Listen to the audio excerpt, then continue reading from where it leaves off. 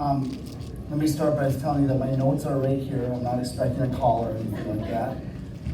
I really do have a little bit of a pet peeve about how we use these things in our lives today and how our kids use them. And I'll talk a little bit more about that in just a second. But before I get into the content of what I want to share tonight, I want to let you know of the gratitude that I have. In 1998, I started mental ed basically with Blaine hockey. And I was fortunate, I got to work with some of the guys that came out of Blaine that are still playing hockey. And I got to work with some of the most respected coaches that I still respect today. It's Steve Larson and Scott Bukestad and Steve Geider. And they're not only great coaches, but they're three of the finest men that I've ever met. And I'm here today because, in large part due to that, they were willing to give me a shot almost 20 years ago. So it's with great gratitude that I come back here, and I come here as somebody who wants to serve. I'm not coming here as somebody that is arrogant enough to think that I have all the answers. I have enough experience to have some opinions and some thoughts that I think you might find interesting.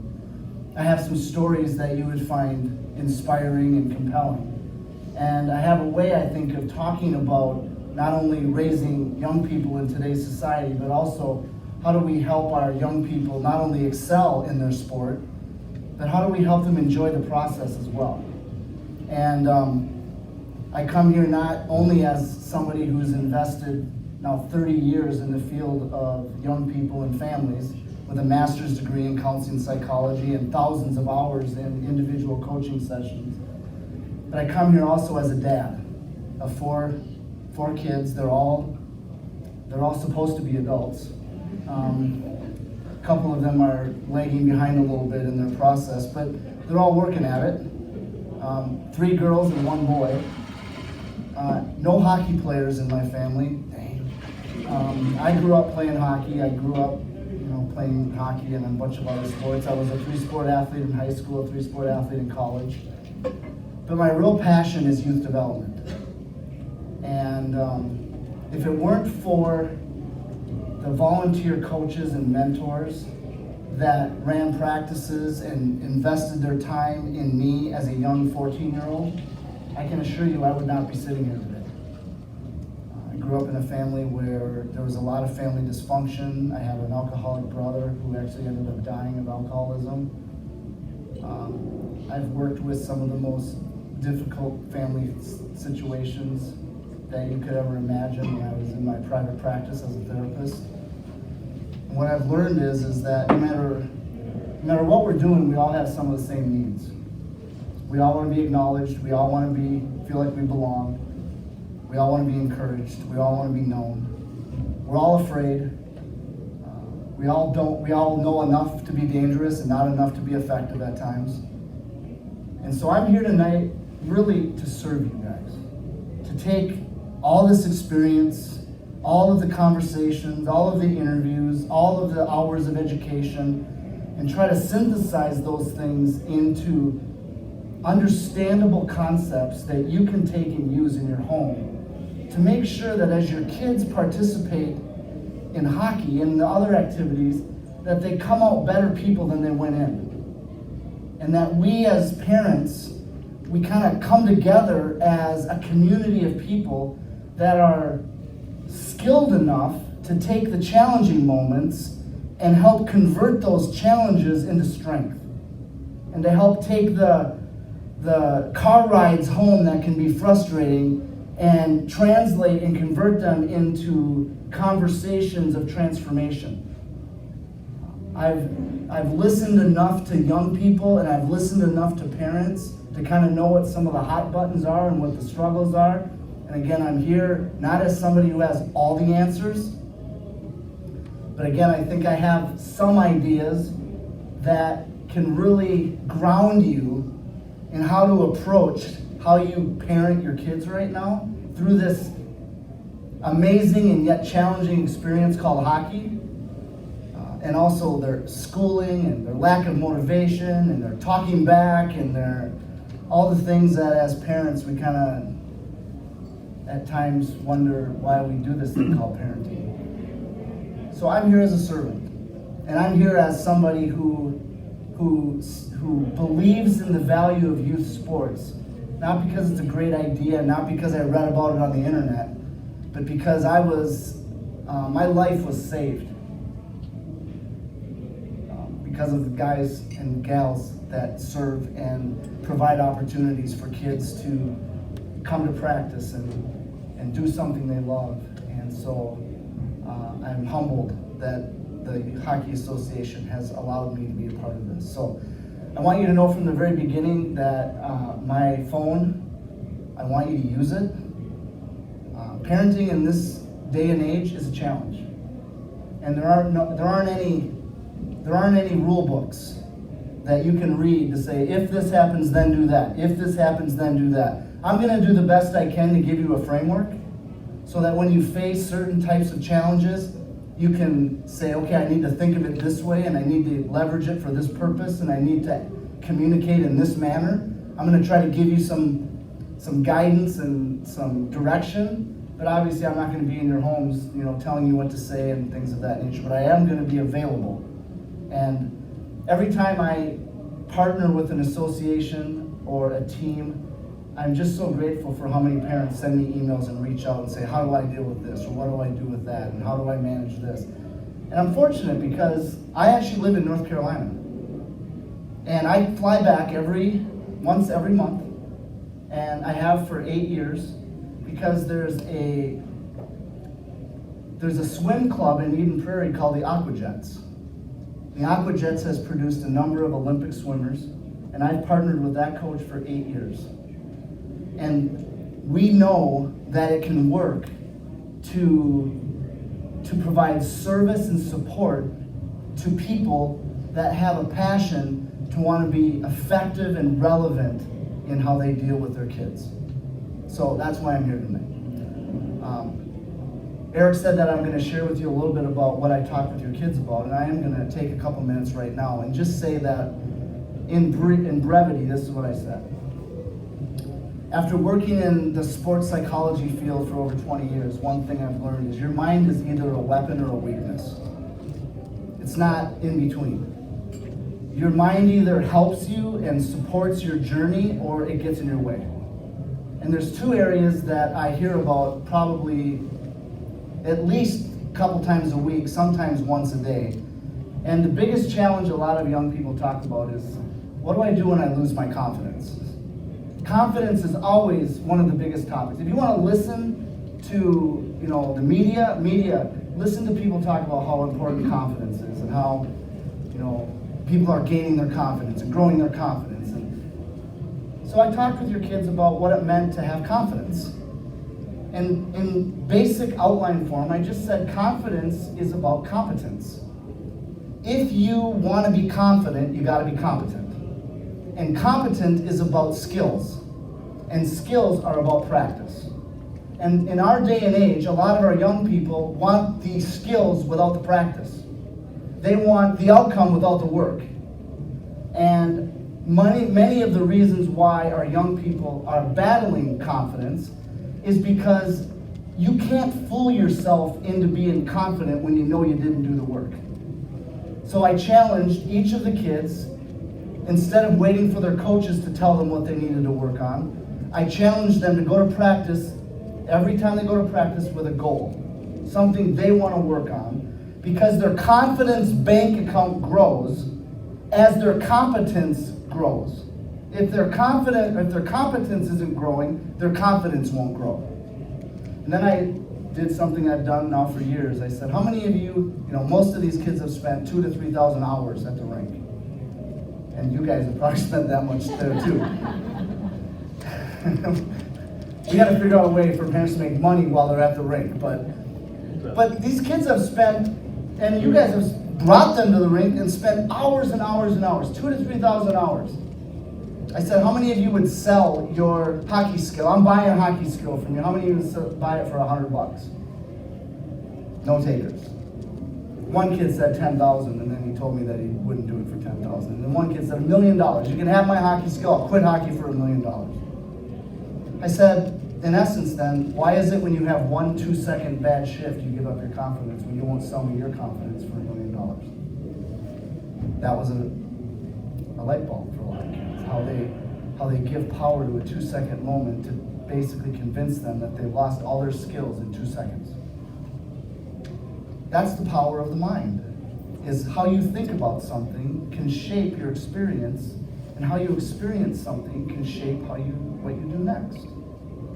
So that was a brief version of the thing I shared with them about confidence.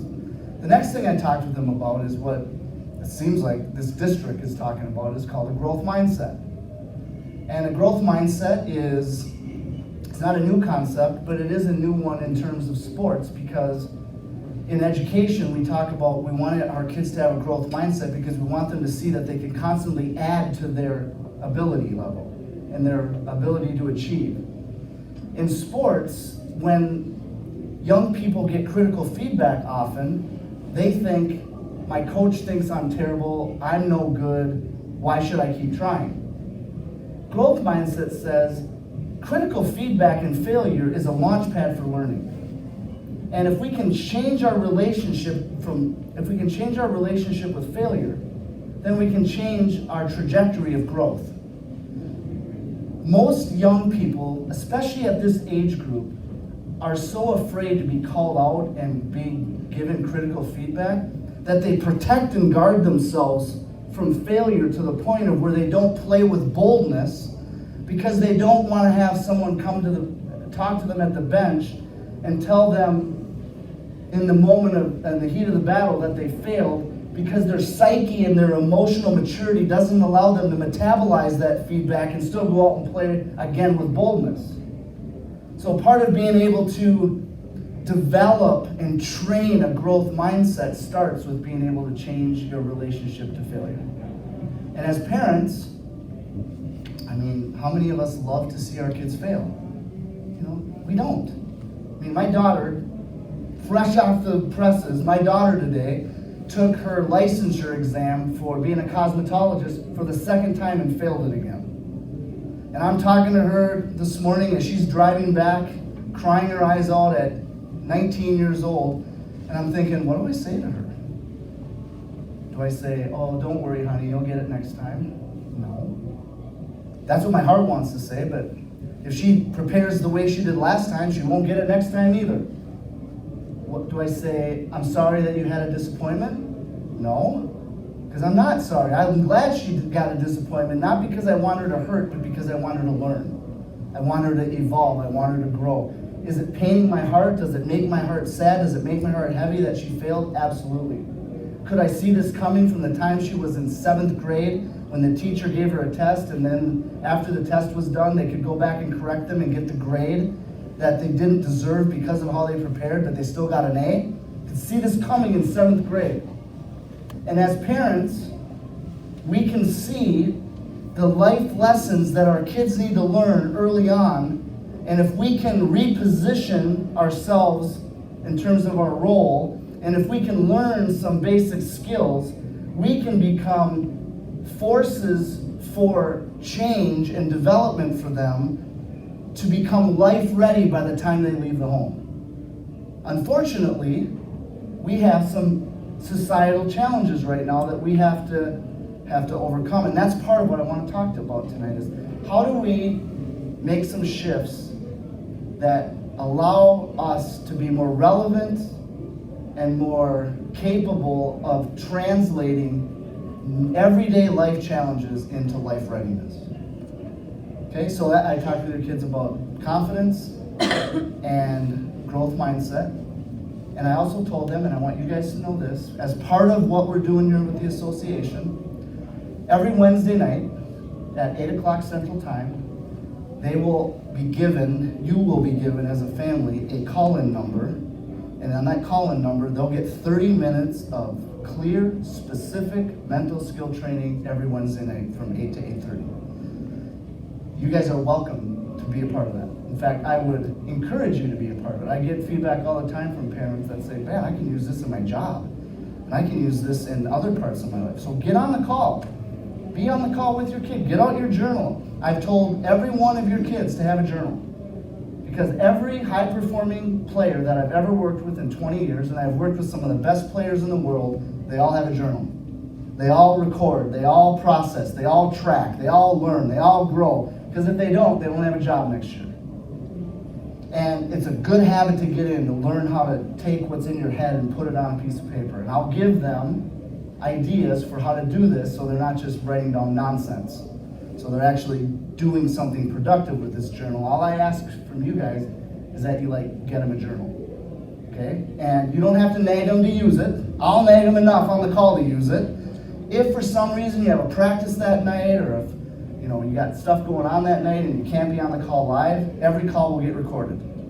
So if you can't listen to it live, you can go back into the website, you'll be able to click on the date, and you'll get the call, and you can listen to it in your car, you can listen to it whenever it's convenient for you.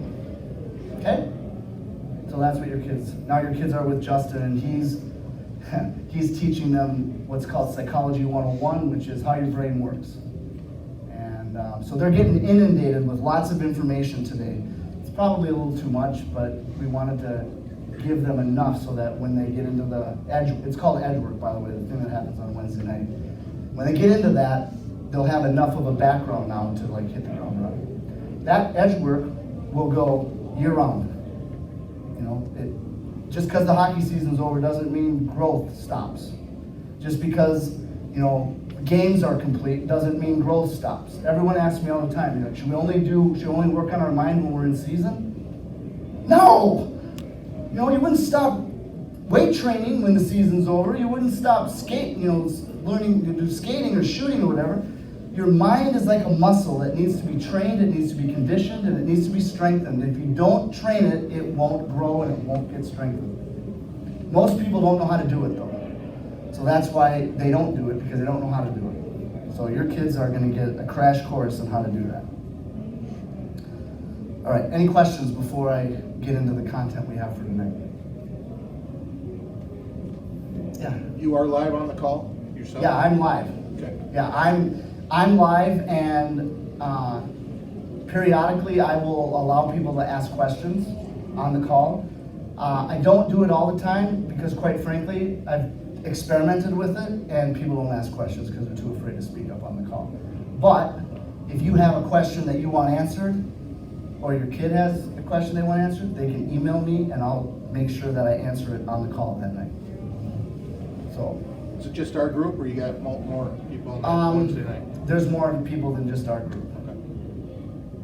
I mean, there's some nights there might be a couple hundred people on there. So, but I can see who's on there on my screen. So I can see who's on there from Blaine because it tells me your name and all that kind of stuff. Any other questions? Do you categorize it by sport, or most sports about the same? Good question. The reason I called it edge work is because 99.9% of the players I work with are hockey players. So it's heavily languaged around hockey, but I also at times mention other sports in the process as well, because I know a lot of your kids might be multi-sport athletes as well. Good question. Any others?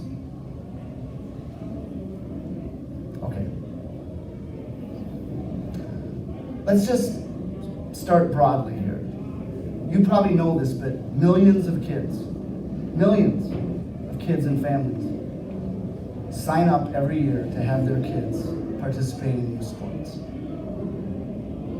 When I looked at the statistics and I thought millions of kids, that means millions of families' lives are being shaped and are being impacted by youth sports. It's almost like a movement. And hockey is one of the sports. I mean, my daughter played volleyball, but it seems like every sport that I work with, there's kind of a cultural uniqueness about that. There's a cultural uniqueness about hockey. We love our hockey in Minnesota, even though I live in North Carolina. I lived in Minnesota for 50-some years. Here's the challenge that I see after all these years working with families and youth. I think at the risk of sounding judgmental, and I hope that you know that that's not my spirit, but at the risk of sounding harsh, we are failing our young people right now in youth sports.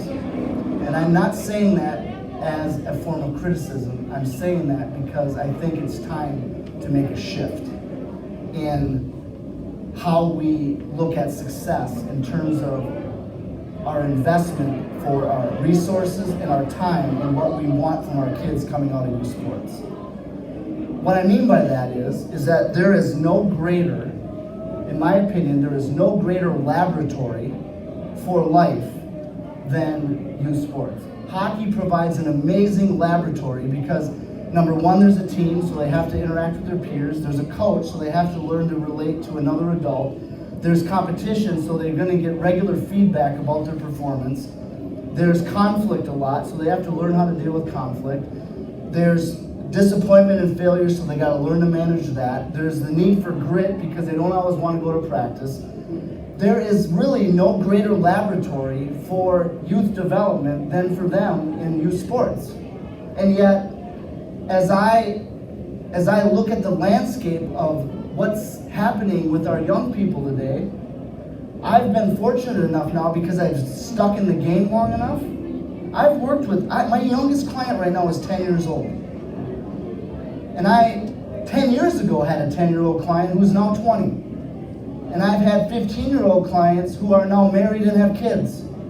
And I've worked with collegiate teams, I've worked with high school teams, I've worked with youth teams, and what I'm seeing is that there's such an emphasis placed on winning and on who plays on what team and the politics of hockey, that we're robbing our kids of opportunities to grow because we're focused on the wrong things. A small percentage of kids are going to go and play college hockey. An even smaller percentage of kids are going to go play professional hockey. I mean, I was fortunate, 20 years ago, I sat in the locker room across from Matt Hendricks. And Matt Hendricks was a junior when I met him, and I remember him like it was yesterday, because he showed some of the grit and some of the stick-to-itiveness, the perseverance, the leadership skills. Those things are the same reason why the Wild signed him in this offseason. They wanted his presence to define themselves is through the eyes of their Snapchat, through the eyes of their Instagram, through the eyes of this damn thing that is externally focused, and if they got a bunch of likes, they're okay. If they didn't get any likes, they're not okay. If their Snapchat story continued, they're fine. If it didn't, then someone must not like them, and they're going to have a bad day. That is all a symptom of the fact that they're giving young people, adolescents, are giving their power away. So when they perform poorly on the ice, instead of knowing what they need to improve on, they always have to look for someone else. They have to ask you, mom or dad, what do I need to do better at? Mom or dad, what do I need to do better at? Do you know that that's a setup question? Because if you tell them what they need to do better at, they don't have to learn what they need to do better at. So we are, in essence, when we speak to our kids about something they want us to answer about what they need to do better at, we are contributing to the fact that they're not learning and paying attention to what's going on within themselves so they can make the decision about what they need to do better at. That's why we have a lot of players that are playing robotically out there, because they haven't developed an internal sense of the game, they've only developed an external sense of the game. And this is at the girl level, at the boy level, it's at every level. Instead of when your kid comes to you and saying, what do I need to improve at, your first question should be, I don't know, what do you think you need to get better at? And you should also start with, what do you think you did good first? Like, what are you excelling at right now? You can't be failing at everything out there. Well, I don't know. You ever have your kids say to you, I don't know? You know, I don't know is the biggest con in the world. Don't buy it. How was your day at school today? I don't know. What was your favorite part of the day? I don't know. What do you need to get better at? I don't know. How'd you do in your test? I don't know. I mean, it's like a puppeteer. We can't continue to accept that. Because that means that if they don't know, they're thinking somebody else should know for them. And here's the thing, this is what's scary for me as a dad, and what should scare us to death as parents. If they don't know, they're gonna find somebody that does, and that person's gonna own that person's life. Does that make sense? So we need to start talking with our kids differently. We need to start engaging with them differently, because if we don't, then the people in their life that are in roles of authority, coaches, teachers, other people, are going to be running their life, and they're going to be vacant inside.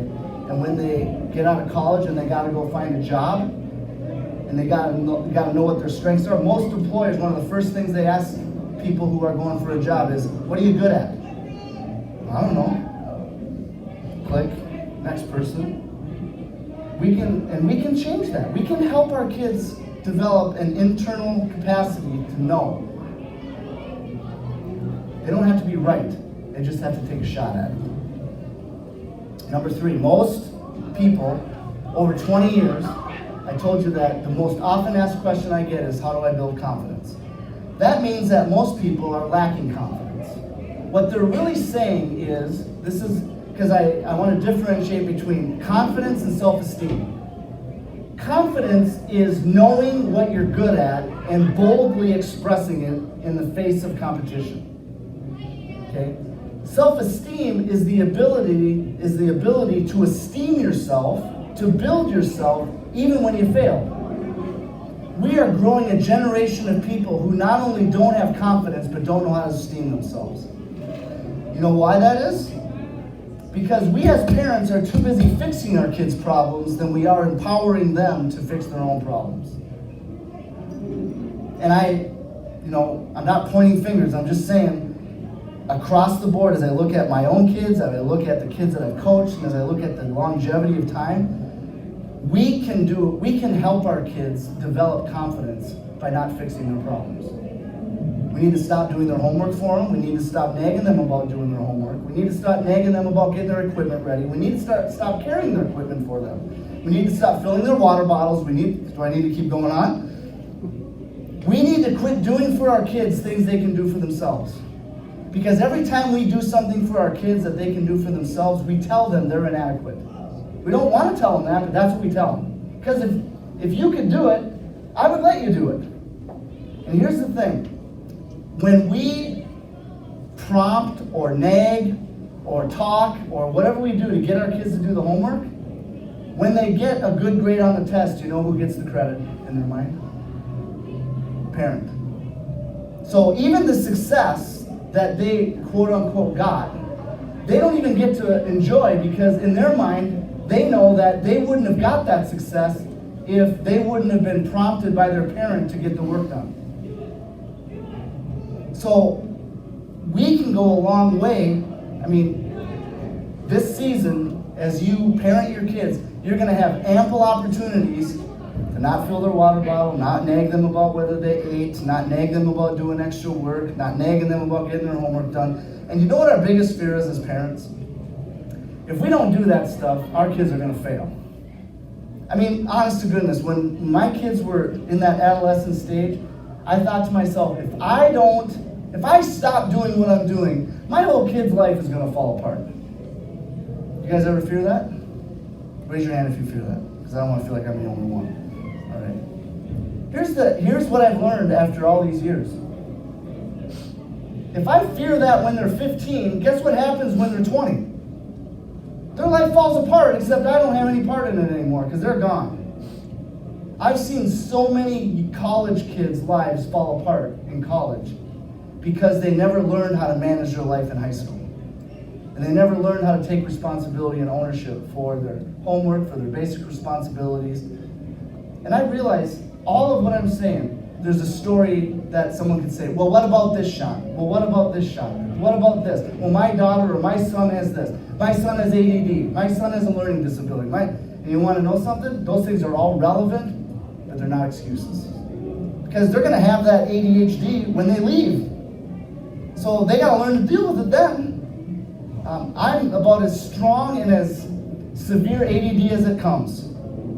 I had to learn how to manage distraction, because if I didn't learn how to manage distraction, I wouldn't have what I have today. I would have never been able to focus long enough to do it. And the latest research and some of these challenges shows that even medication has a diminishing effect over time.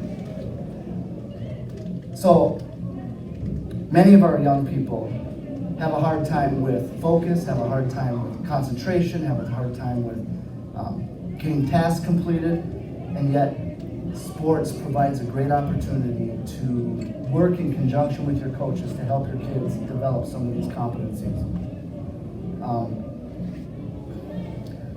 I'm not going to go through all these because I don't have time, but another thing that our kids are having a hard time with is adequately assessing themselves.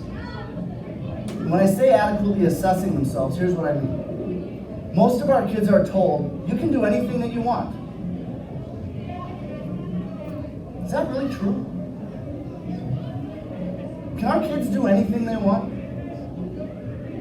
I mean, if you really think about it, I look at my kids and I go, I think they could do a lot more than they're doing, but I don't think they can do everything that they want. I mean, my daughter, who's now 24, is a type 1 diabetic, and she didn't accept her diabetic diagnosis. She was diagnosed when she was 11, and she didn't accept it until she was 24, but it cost her eyesight. So a year ago, about this time, my daughter called me and said, Dad, I got something I want to tell you, and that is that my eyesight started to diminish about 6 months ago, and I was too afraid to go to the doctor because I didn't know if I had health insurance, and now I can't see. How do you prepare your kid for that?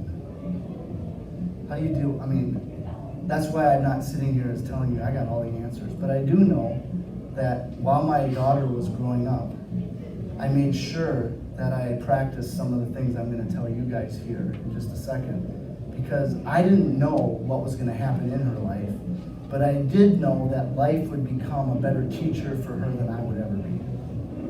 And that's what I want to share with you guys. Life will always be a better teacher for your kids than you'll ever be. Your lectures and your conversations will never have as much impact as real life.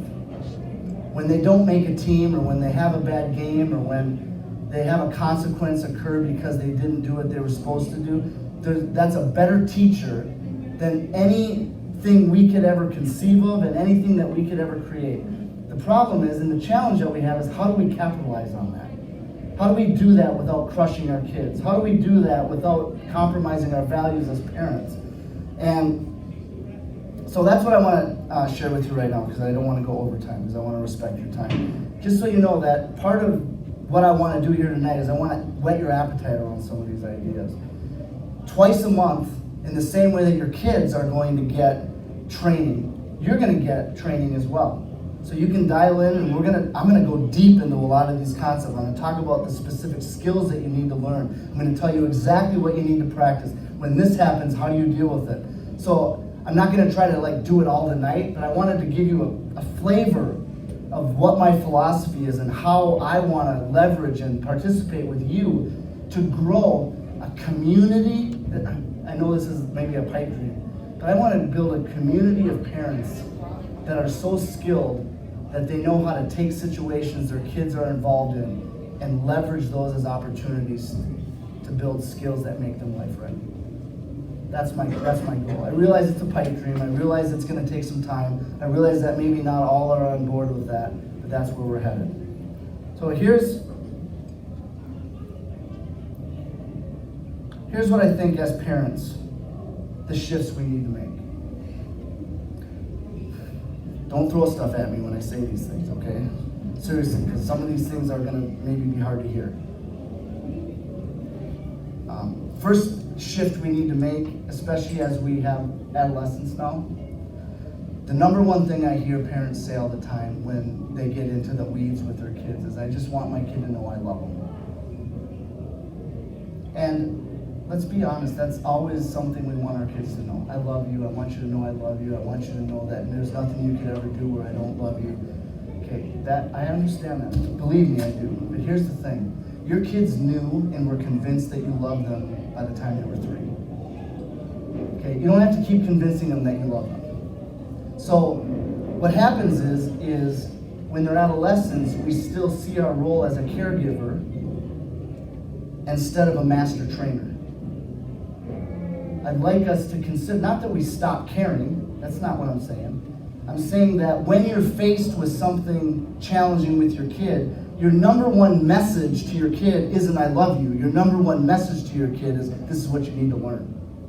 So you'd shift from being a caregiver and a protector of their heart to a trainer of their heart. And believe me, you will love the outcome a lot more when you become a trainer of them than when you constantly are caregiving for them. And you know, I'm guilty as anybody of being too much of a caregiver and not enough of a trainer. And one of the things we're going to talk about in our calls is how do you shift to being a master trainer and not giving up the ability to be a caregiver as well. It just can't be, caregiving can't be your primary goal at this age. Training has to be your primary goal. So you have to convert opportunity into outcome, or challenge into skill, or struggle into strength. And what's happening with a lot of our young people is because we're caring too much about them, they're not growing strong. They're not able to manage the overwhelm and the time management and the expectations because they're not forced to deal with them because we're caring for them. Everything will be okay. No, it won't. No, if you don't perform, you're gonna sit on the bench. That's real life. So we gotta navigate that journey. So moving from caregiver to master training. Caring for versus training. Okay, number 2.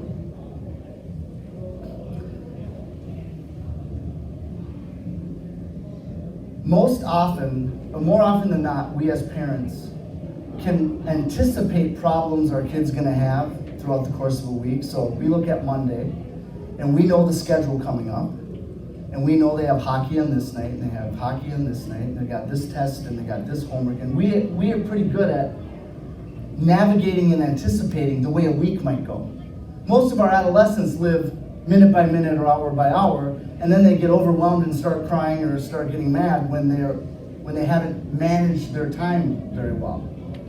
So one of our shifts we need to make is we need to change from fixing problems to equipping our kids with how to think through their week, how to anticipate.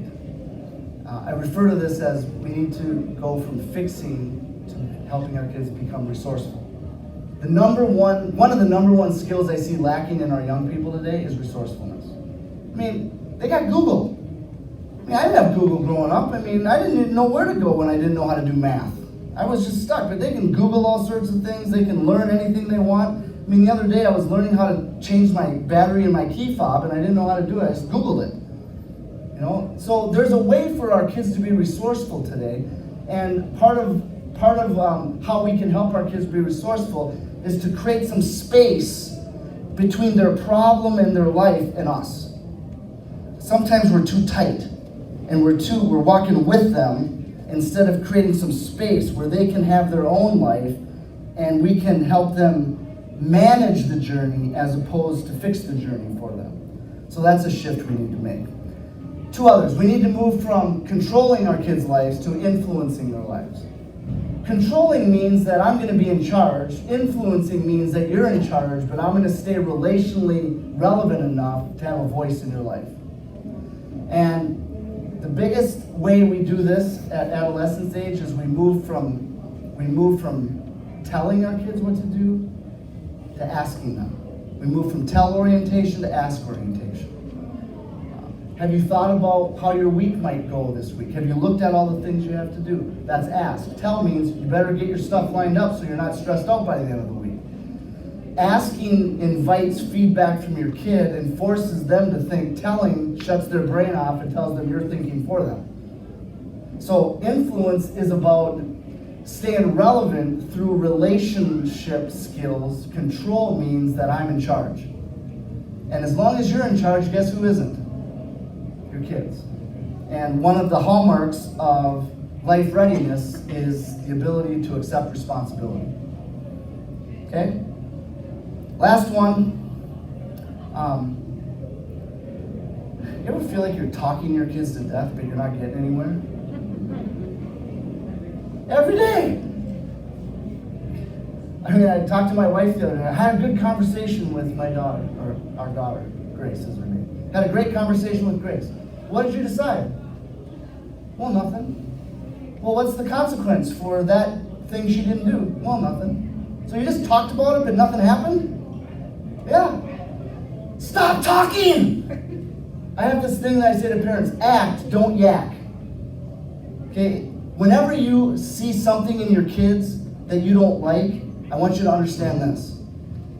Kids don't change their ways until it's too painful to keep living the way they're living. So if we don't make their lives uncomfortable for living the way they're living, guess what? They're going to keep living the way they're living. Encouragement doesn't cause your kids to change, pain does.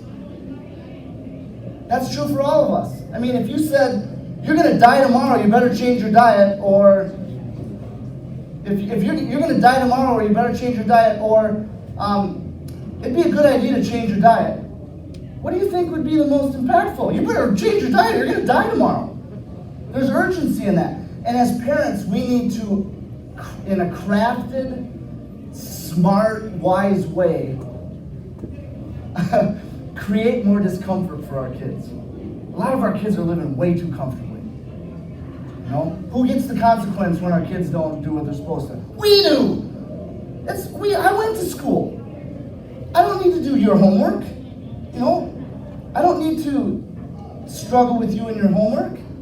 I used to tell my kids, I go, you know what? I just want you to know something. You're smarter than I am right now. The math you're doing, I could never do. The history you're doing, I never learned.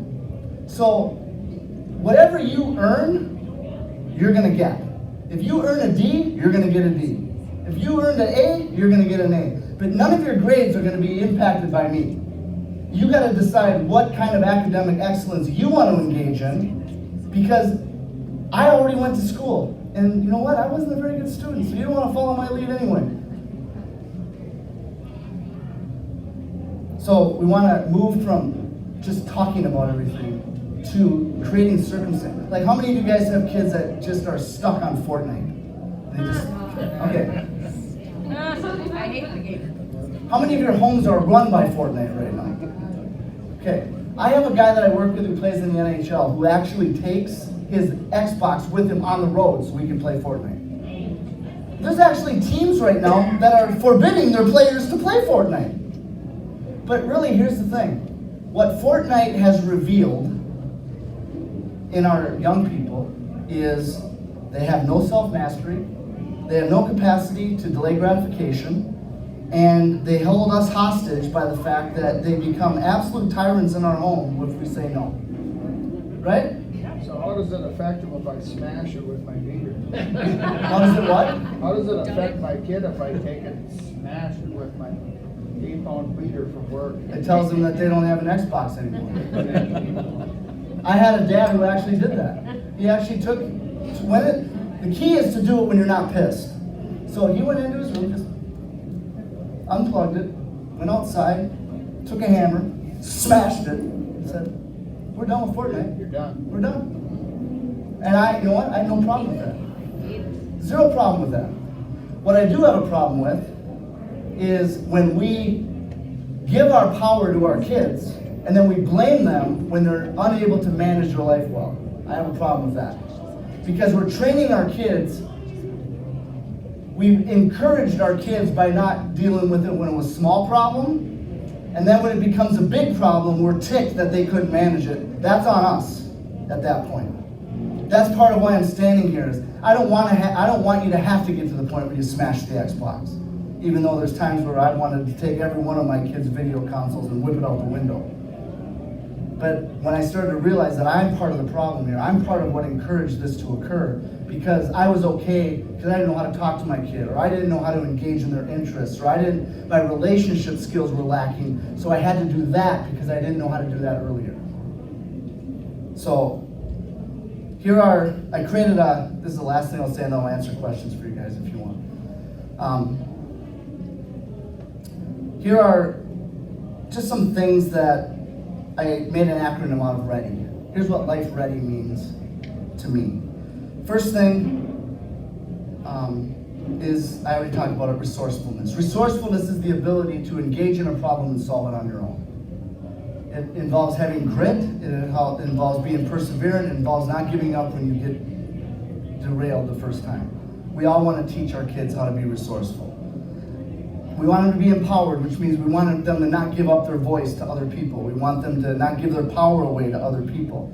We want them to learn how to listen to themselves within and define themselves from within. That's what it means to be empowered. We want them to accept responsibility, and accepting responsibility means that we have to quit accepting their responsibility. If they, like I have this family where they complain that their kid can't get up in the morning on his own. I said, well, are you getting up in the morning? Well, yeah, every morning I get him up. I go, so wait a second, you're telling me you're mad that your kid won't get up in the morning on their own, but you get them up every morning? Yeah. Huh. What would happen if you didn't get him up? Well, he wouldn't get up. I go, then what would happen? Well, then he'd miss school. Well, then what would happen? Well, then he'd be behind. Then what? And I had to go like 6 deep. And what it boiled down to is, in that case, the parent wasn't willing to let the kid fail, but they'd rather complain that he can't get him up in the morning, that he can't get himself up in the morning. So, accepting responsibility is about age-appropriate responsibility and making sure that we're not doing for our kids what they should be doing for themselves. Determination is about perseverance. It's about showing some passion towards something. And then taking initiative. I've been telling a lot of hockey players lately that if they will just interview their coaches about things they're curious about, their coaches know a lot more than what they teach them in practice. You know, most coaches know a lot more than they teach. It takes a question and it takes curiosity to draw the excellence out of them. There's some coaches that have had some amazing experiences in life. I learned this because I could sit for hours and interview Scott Bukestad. And I used to buy him lunch just so I could listen to him talk. And the more I asked him questions, the more I learned, and the more I learned, the more questions I had. And this guy's a wealth of genius, and all of you are a wealth of genius, but sometimes you need somebody to interview you to see your genius. Well, taking initiative is about your kids learning how to take initiative to learn without a class, without a curriculum. It's the value of learning, and it's the value of being curious. All right, so in the coming months, twice a month, you're going to have an opportunity, and I'm going to take these concepts and dig deeper and be real practical and be real specific. And if there's specific situations that you want me to address and teach on, you just got to send me an email and say, Sean, here's our situation. How would you deal with this? Sean, here's our situation. How would you deal with this? Sean, here's my problem. My spouse and I are not on the same page. Is it important that we're on the same page? Or my daughter won't listen to me, or my son doesn't care, or whatever your issue is, send it to me in an email, and I'll make sure that in the call I answer those questions. Okay? Do you have any questions right now as I take a breath?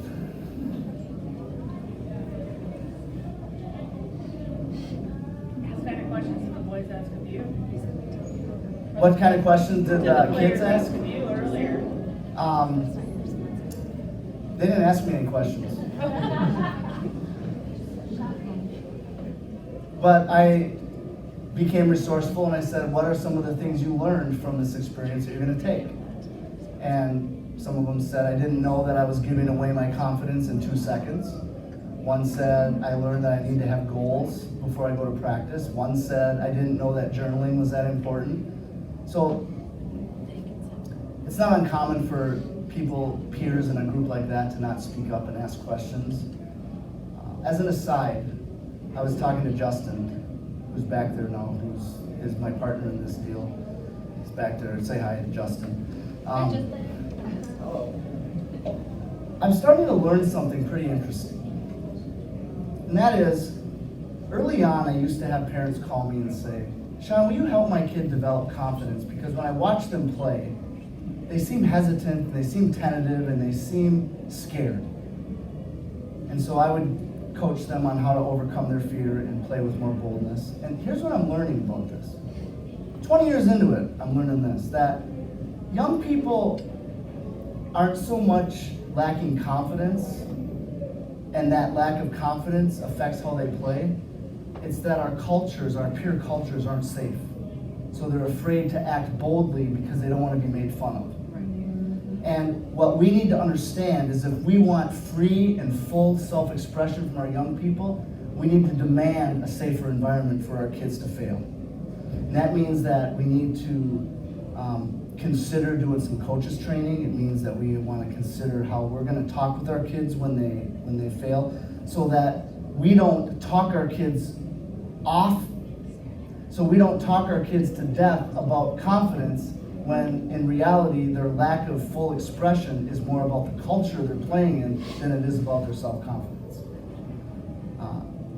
It's kind of a emerging learning for me, because I do believe that we live in a society now where more people are afraid of being bullied, they're afraid of social media ramifications, they're afraid of being benched because they made a mistake. And because of that, they're playing not to fail more than they're playing to succeed. And I think we can turn this around. I really do. I think that as parents, we all want our kids to be in a safe. Google did a study a long time ago, and they found out that the greatest activator for high performance was psychological safety. And that's true, I think, in the hockey world as well. I think it's true at home as well. So that's as an aside. So any other questions? So, Yeah. one of the things I always tell my kids is, quote from Mark Twain is, I never let schooling get in the way of my education, right? Yeah. And then look at me like, What do you mean? I'm going, right? Yeah. So how do I relate that to Yeah. How do you relate that to like hockey or our how? world right now? Yeah.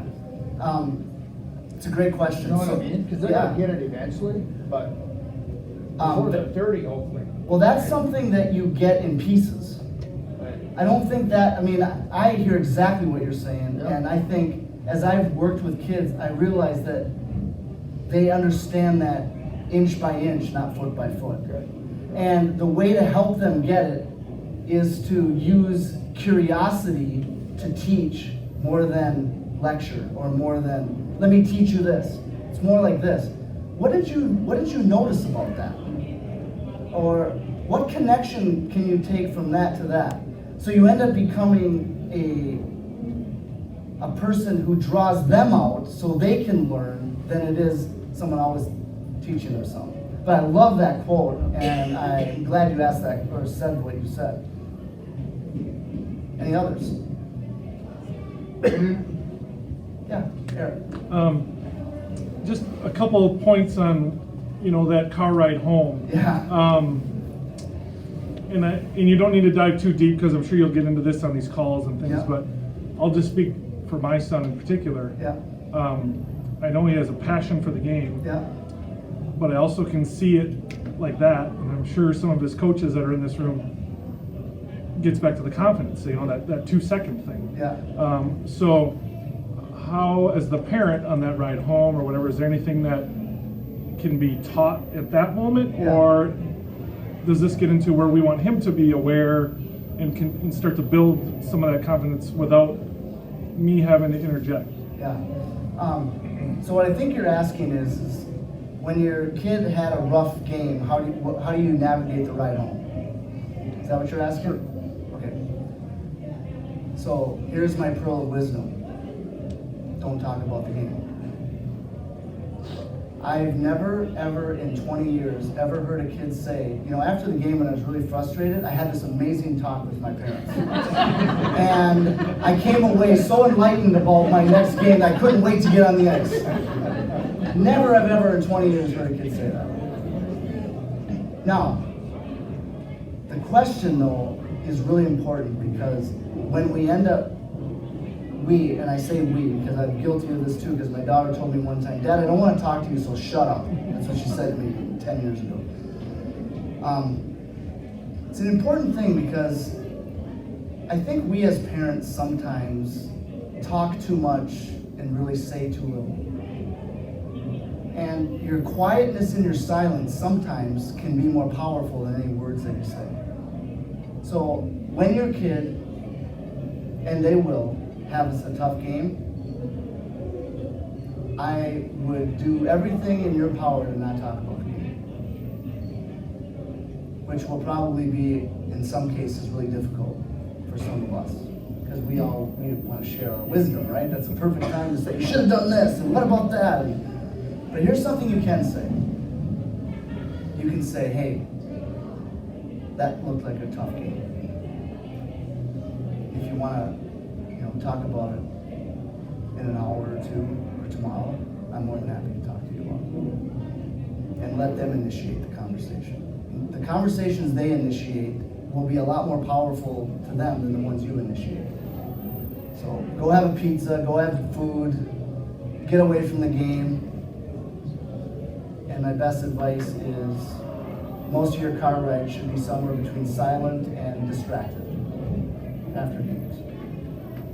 Does that answer your question, Eric? Thank you. Yeah. Anybody else? Yeah. What about approval? You said approval amongst peers. What about approval amongst us? They asked the question, how did I do? I mean, that's a loaded question depending on how that evening went. How do you handle that yourself? How do I handle that with my kids? Sure. Okay.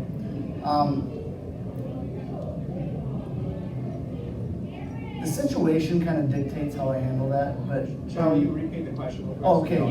The question was, as a parent, when your kid asks you about how they did, because they're looking for some form of approval or acceptance, how do you handle that? And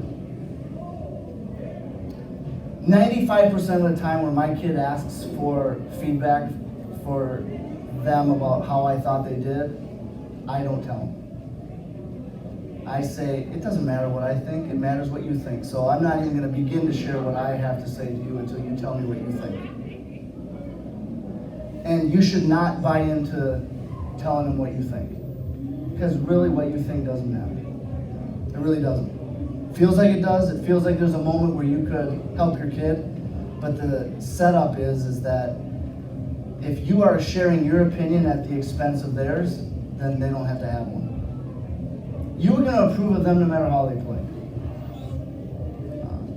Now, as you practice that and get really good at that, if they say, Dad, I feel like and they are able to have an opinion, you can say, yeah, I think you're pretty much right on. It's kind of how I saw it. You can affirm their reflection about their opinion. If they are nonsensical in their opinion, say, I have some other thoughts about that, but I'd rather keep it to myself right now. And just let them try to figure it out. You're going to drive your kids nuts by telling them this, by the way. Because they've become addicted to your opinion. They've become addicted to you being the teacher and them being the student. They don't understand that they can be the teacher and the student. I just sat in front of 24 girls today at Mankato, and I told them this exact same thing. I got text after text after text. Sean, I wish I had learned this 5 years ago.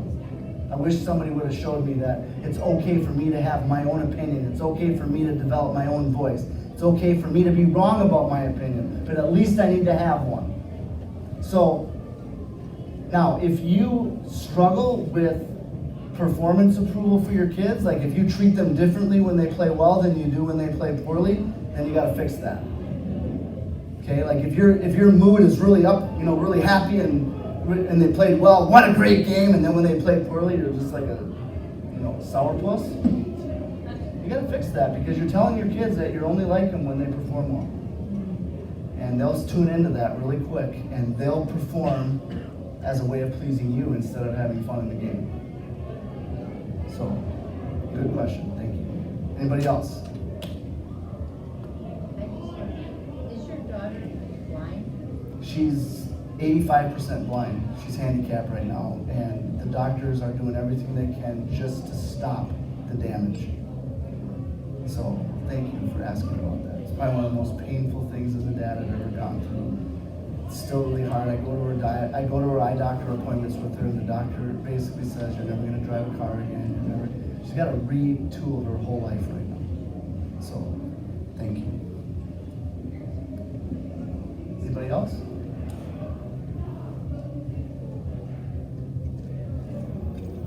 You guys excited about this at all? Yeah. I'm so thrilled that you're here tonight. I know that some of you had to be here tonight, but I'm so thrilled that you're here. I hope that you will voluntarily get on the calls. If there are things that you want me to address that I'm not, please be active, take initiative, send me messages so that I can make sure that this investment that the association's making in this, I really want to make this a home run for you guys. So thanks for being here. I appreciate you.